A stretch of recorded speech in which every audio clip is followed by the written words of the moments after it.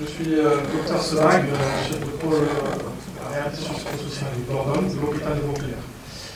Donc aujourd'hui, sujet de ta musique.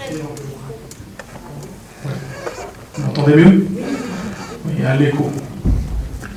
Donc aujourd'hui, avec un partenaire et mon équipe, je souhaite vous présenter un petit peu un travail concernant les chantiers éducatifs et l'inclusivité des usagers qu'on a dans notre dispositif.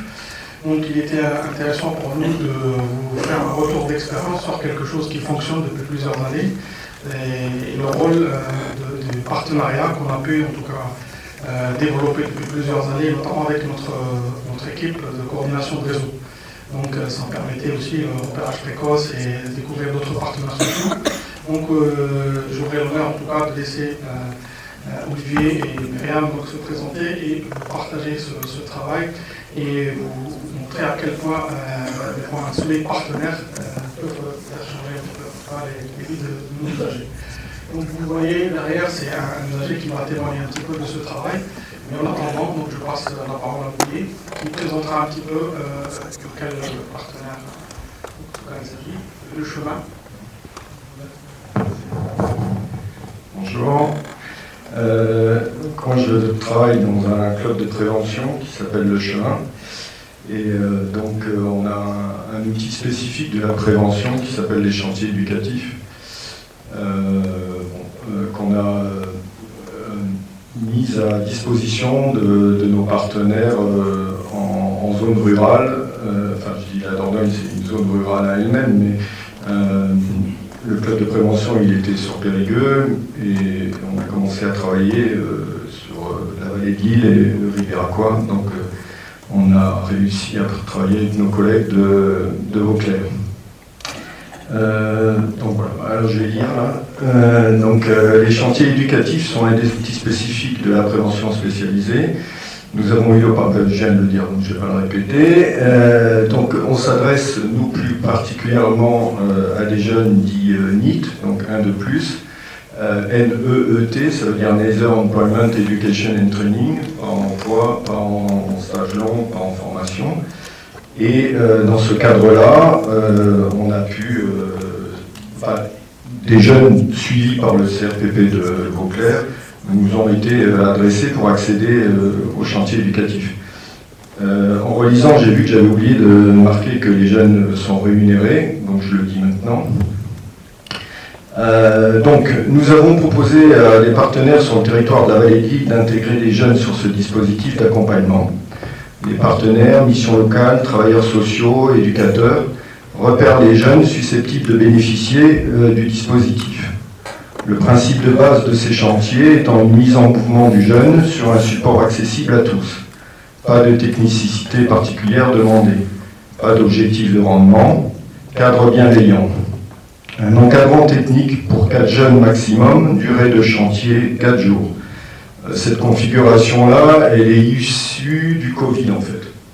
Parce que donc on avait eu parfois des chantiers avec plus de jeunes, mais dans le cadre de la reprise d'activité Covid, on a limité à 4 et puis on a trouvé que c'était très bien, enfin à 4 jeunes. Donc avec des supports d'activité divers, on travaille avec des services techniques de différentes municipalités, des associations, etc. En fin de chantier, un bilan est réalisé systématiquement auquel sont conviés les partenaires. Donc le jeune, on le voit avec l'encadrement technique et favorablement avec l'accompagnant du jeune quand c'est possible. Sinon, on transmet le document à la personne qui nous a adressé le jeune. Depuis 2018, nous avons engagé donc un partenariat privilégié avec le CRPP de Vauclair. En effet, nous avions pu constater que les jeunes participant aux différentes actions antérieures présentaient des freins possiblement en lien avec des troubles psychiques. Les éducateurs du CRPP voyaient l'intérêt de proposer à certains jeunes qu'ils avaient en suivi d'intégrer les chantiers. Nous avons pu alors créer une mixité des publics avec des jeunes déjà engagés dans un parcours de soins et d'autres en ayant assurément besoin.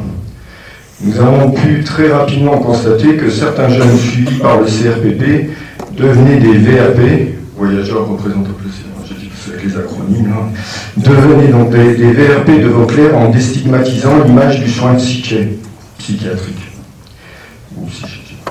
À ce jour, plus d'une vingtaine de jeunes ont été positionnés sur le dispositif par le CRPP et une bonne dizaine de jeunes ont fait le chemin inverse d'aller vers le soin psychique à l'issue de plusieurs chantiers éducatifs. Au fil de l'eau, nous avons pu constater une réelle synergie partenariale qui s'est construite autour des différentes situations du fait même de maintenir le jeune au centre du dispositif. Bon, ça c'est classique. Dès les premiers contacts, des rencontres multipartites sont mises en œuvre pour établir et faire comprendre le travail partenarial en cours auprès du jeune. Lorsqu'un nouveau partenaire intervient, il est associé à l'ensemble des échanges, renforçant la cohésion partenariale en ayant le souci que chacun garde sa spécificité et son champ d'intervention. En effet, des reproductions de schémas empêchant le changement d'un point de vue systémique sont moins évidents à maintenir pour le jeune du fait de cette concertation. Une plateforme institutionnelle tous les 2 mois, pilotée par le département, permet de réunir l'ensemble des partenaires pour un partage du travail sur le terrain et une remontée des besoins pour faire évoluer le dispositif. Par exemple, nous avons pu répondre à un appel d'offres SAIG Jeunes en rupture. Bon, déjà, ça c'est les terminologies qui sont un petit peu particulières dans les domaines de l'accompagnement. Déjà, c'est comme 0 sans solution, SAIG en rupture. Bref. C'est des jeunes qui sont en difficulté pour accéder au SAIG. Le SAIG, c'est contrat engagement jeune, c'est les nouvelles garanties jeunes des missions locales. Et forcément, c'est compliqué pour un grand nombre de jeunes de rendre les comptes qu'on leur demande de rendre. Et donc, on a répondu à un appel d'offres qui permet à 2 éducateurs et avec des heures de chantier de travailler ce dispositif. Bon,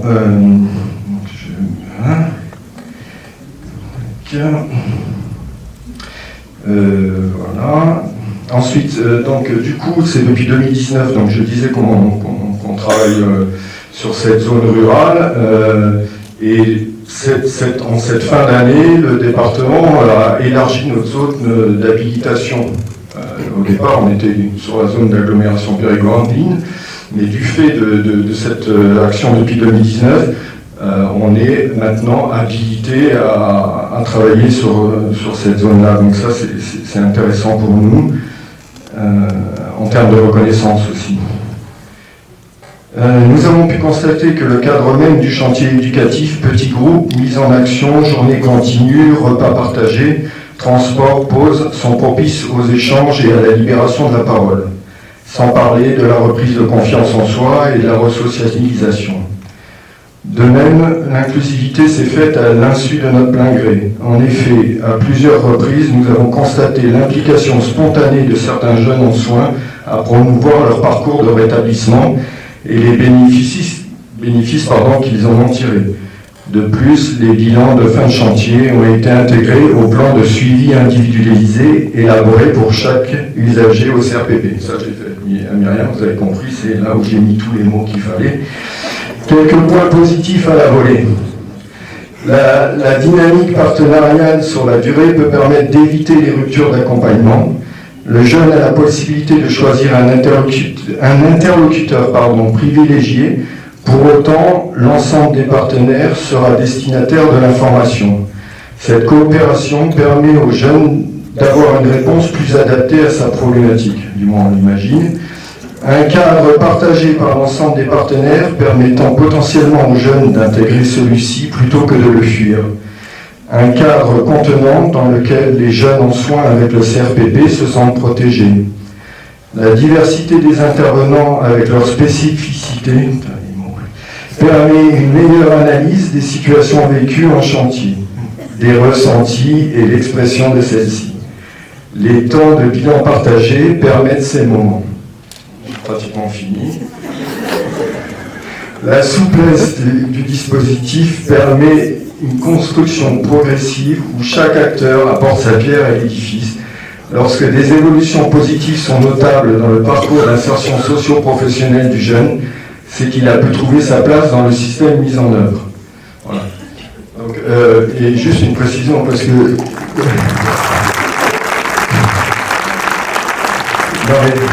par rapport à l'insertion socio-professionnel, parce que dans le programme, là, il y a marqué que je suis responsable technique ou un truc comme ça, donc ça fait beaucoup rire mon collègue encadrant technique, éducateur technique, pardon, qui encadre les chantiers. Je suis nul, mon technique, hein, sur ma fiche de paie, il y a marqué coordonnateur socio-professionnel. Donc, voilà, je vais vous laisser faire cette précision. Bonjour à tous, donc moi je suis Myriam Mourgue et je suis éducatrice spécialisée au CRPP, donc Centre de proximité de Dordogne. Alors moi je fais le choix d'illustrer au travers de ce que je vais vous lire l'articulation du partenariat avec les chantiers éducatifs au travers de parcours de 3 usagers et ensuite on verra la vidéo de Junior qui va nous faire un témoignage. Donc, le premier jeune dont je vais vous parler, Raphaël, a 23 ans. Il est suivi au départ par la mission locale qui l'oriente vers les chantiers éducatifs. Les professionnels constatent un repli social, des difficultés à se mobiliser et à initier. Il passe la plupart de son temps sur son téléphone et les interactions sociales sont quasiment inexistantes. C'est dans ce cadre, en fait, qu'il rencontre d'autres jeunes dans le cadre des chantiers qui sont déjà suivis par le CRPP et les échanges entre eux lui permettent d'envisager le parcours de soins. Donc Raphaël a commencé le suivi avec le CRPP en mai 2020 et en parallèle, il maintient l'accompagnement mission locale et sa participation au chantier. En juin 2021, sa situation familiale se dégrade, impactant sa santé psychique. Il souhaite quitter le domicile familial et intégrer une de nos maisons communautaires. Cependant, il n'a pas de ressources financières. Donc, nous sollicitons la mission locale et les professionnels du chemin pour l'aider à subvenir à ses besoins. En fait, on a fait un montage financier de manière à ce que Raphaël puisse intégrer la maison communautaire et qu'il puisse subvenir à payer son loyer, ses courses, ses assurances. La mission locale a participé dans le cadre du programme PACEA et il a fait 2 semaines de chantier par mois pour un complément de ressources. La cohabitation en maison communautaire et d'autres jeunes suivis au CRPP a permis à Raphaël de tisser des liens d'amitié et de gagner en autonomie. Il a fait une formation de technicien en entretien de locaux et à ce jour, le projet est qu'il puisse vivre en colocation avec ses anciens colocataires de la maison communautaire. Donc Raphaël, en fait, il avait 12 semaines de chantier entre novembre 2019 et juillet 2021. Je vais vous parler de Clément, qui a 23 ans, qui a été orienté par la mission locale vers le CRPP en février 2020. Ce jeune homme est très introverti, présente des tics multiples, il ne s'exprime que très peu et n'a aucune confiance en lui. Il a un parcours de vie chaotique. La période de confinement qui suit, puisqu'il est arrivé en février au CRPP, l'oblige à vivre reclus chez son père où il passe tout son temps dans sa chambre. En sortie de confinement, il commence à se confier à l'équipe du CRPP, il souhaite quitter le domicile familial trop conflictuel. Il veut gagner en autonomie, passer son permis de conduire et entamer une formation en mécanique. Donc nous lui proposons également d'intégrer la maison communautaire et en attendant, toujours pour subvenir à ses besoins, sa conseillère mission locale lui propose la garantie jeune à l'époque. En juin 2020, il intègre le dispositif des chantiers éducatifs. Ses économies lui ont permis de passer son permis de conduire, de s'installer en maison communautaire en août 2020. Et en janvier 2021, il est parti à Lyon pour suivre une formation en mécanique à l'EPNAC. Il continue à nous donner de ses nouvelles. Il a obtenu son CAP et poursuit sa formation en BEP. Clément va plutôt bien dans ce qu'il nous dit. Il a des amis, il revient un peu en Dordogne 1 à 2 fois par an. Donc lui, vous voyez, son parcours en fait a été très rapide et il a fait 5 semaines de chantier entre juin 2020 et septembre 2020. Là, je vais vous parler d'un jeune homme qu'on suit depuis peu de temps, qui s'appelle Sam, qui a 20 ans. Sam avait pris contact avec le CRPP en avril 2022 et il n'avait pas donné suite. À l'initiative de sa mère, chez qui il vit avec l'accord de Sam, relayé par sa conseillère en mission locale, il a repris contact avec nous cette année, donc en janvier. Il confirme souffrir d'anxiété sociale, c'était déjà sa plainte l'année d'avant. Sam est un jeune qui a arrêté l'école en 3e et qui depuis vit enfermé chez lui. Il a perdu tout espoir en l'avenir, a des idées noires, n'a pas confiance en lui. Son état psychique lui pèse, il veut changer sans vraiment être convaincu que ce sera possible. Sa demande principale est d'aller vers l'emploi. Il veut financer un voyage à Québec pour aller voir sa petite amie qui vit là-bas. Le début du suivi est impacté par les hésitations de Sam à l'égard du soin. Très rapidement, je lui parle du dispositif des chantiers éducatifs et au début, nos contacts sont simplement téléphoniques. Mais à chaque fois, il me questionne en fait sur quand c'est qu'il va pouvoir commencer à entrer dans le dispositif. Il a démarré les chantiers fin avril, alors que nous avons commencé un suivi vraiment efficace début du mois d'avril. Donc le premier bilan de chantier a confirmé des problèmes de santé physique, mais aussi des biais cognitifs qui compliquent sa relation aux autres. Cependant, au fur et à mesure des semaines, Sam prend confiance en lui, parvient à créer des liens sociaux avec les autres jeunes, dont un avec qui il covoiture pour se déplacer sur des chantiers. Entre-temps, nous l'avons orienté vers le dispositif Agir, dont Olivier vous a parlé, voilà, pour optimiser un suivi au plus près de son environnement et de ses besoins.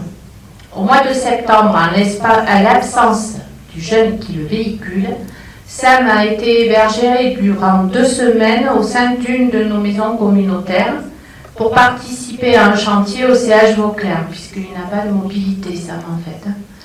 Il a ainsi pu évaluer sa capacité à gérer son quotidien, mais aussi la solitude. À ce jour, Sam est motivé à poursuivre son parcours. Le dispositif dans lequel il évolue lui a permis de développer des liens sociaux et à renforcer l'alliance thérapeutique. Voilà pour les 3 témoignages que je souhaitais partager avec vous. Ça aurait pu en être plein d'autres. Voilà, à un moment, il a fallu un choix.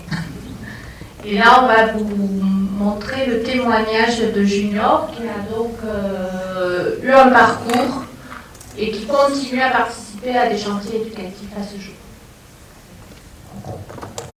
Bonjour Junior. Bonjour. Pouvez-vous vous présenter? Alors, je m'appelle Blanchard Junior Michael, j'ai 25 ans et j'habite à Montpont. Comment avez-vous entendu parler des chantiers éducatifs? Alors, les chantiers éducatifs, j'en ai entendu parler au CRPP, dont je suis depuis 2018. J'en ai entendu parler par d'autres jeunes qui en ont réalisé et moi je voulais savoir si je pouvais en faire, donc je me suis renseigné à la mission locale de Montpont. Pouvez-vous nous citer des exemples de chantiers? Alors, en chantier, on fait de l'espace vert, de l'entretien de voirie, montage de gabions, peinture. Quand il pleut, on est en intérieur, quand il fait beau, on est en extérieur, si possible. Et dernièrement, j'ai fait un court-métrage dans le cadre d'un chantier artistique. Alors finalement, comment ça se passe les chantiers et l'intégration dans le groupe? Alors ça se passe pour en moyenne 4 jours. On est 4 jeunes généralement, avec un éducateur. Il n'y a pas de rentabilité à faire, il n'y a pas de jugement, de critique. Voilà, on s'écoute, c'est tout dans la bienveillance. L'éducateur est juste là pour surveiller que ça se passe bien, surtout, ou s'expliquer comment faire. Non, ça se passe très bien, c'est rassurant, encadrant. Voilà. Qu'est-ce que cela vous a apporté et qu'est-ce que vous y avez apporté? Alors moi, ça m'a apporté, point de vue professionnel, de découvrir de nouvelles choses, un rythme de travail à reprendre aussi, et m'a donné envie de me tourner vers le dernier court-métrage que l'on a réalisé, m'a permis de me tourner vers le montage audiovisuel, dont j'aimerais faire mon métier. Et ce que j'y ai apporté, je sais que je parle assez facilement et que ça a aidé beaucoup de jeunes à plutôt s'intégrer et aussi à ouvrir les discussions avec les autres, montrer que moi, j'ai pas de tabou, ça permet aux autres de plus se lâcher et plus s'ouvrir sur leurs difficultés, leurs problèmes, leur vie ou autre. Merci Junior pour ce témoignage. Et de rien, pas de souci.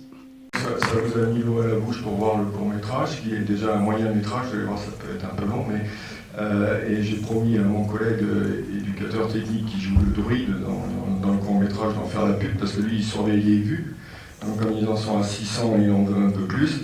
Bon, il y a les liens sur le club de prévention. Vous faites le chemin 24 et sur notre site, il y a les liens. On a fait effectivement deux chantiers éducatifs dits culturels, enfin si, c'était culturel, avec d'autres partenaires, mais surtout aussi sur Vauclair avec nos amis de Zapart. Au niveau de l'établissement, il y a une association culturelle qui d'ailleurs ce week-end a fait le Festival des Cannes, sur lequel mon collègue a participé avec les jeunes qui ont fait le court-métrage. Ça faisait partie d'un tout. Donc là, ils ne le savaient pas encore quand ils ont fait la vidéo, mais bon. Donc voilà, le chemin 24, vous verrez, il y a les liens, il y a un court-métrage, et sur l'aglo, ils ont fait un clip, musique, voilà, qui est plus court. Si c'est trop long pour court-métrage qui n'est pas court. Donc juste là, pour préciser un peu la vidéo de Junior, qui est toujours très humble en fait, Junior, mais ça va bien au-delà de ce qu'il peut dire dans la vidéo, son implication et sa part dans la déstigmatisation, puisqu'effectivement il n'a aucune difficulté à parler de ses troubles et de son parcours de rétablissement qui est bien avancé. Et il a pu en parler à des jeunes chez qui lui pouvait sentir une fragilité et qui parfois, et c'est arrivé même plusieurs fois, sont venus vers le CRPP et ont pu bénéficier d'un suivi grâce à lui. Voilà, sans être père aidant, il en a fait le job en fait. Voilà, merci à tous. Juste pour conclure, si vous voulez, c'est un thème où on peut dire plein de choses. Il y a plein d'intérêts à ce type, en tout cas, de partenariat. Donc il était pour nous important de démontrer, enfin, vous savez sans aucun doute, ça a été dit par les intervenants avant nous, l'intérêt du réseau. Donc de trouver les bons partenaires, et quand un partenariat solide comme l'autre, donne vraiment des résultats très satisfaisants. Donc ça fait plusieurs années, on a du recul, et on voit que ça fonctionne. C'est pas nous disons, c'est plutôt les usagers qui le confirment. Donc il y a ce côté-là, et aussi le côté thérapeutique dans les chantiers éducatifs. On travaille un peu tout, l'estime de soi, la confiance de soi, les expositions avec des sensibilisations progressives. On travaille aussi, en tout cas, les habitations sociales.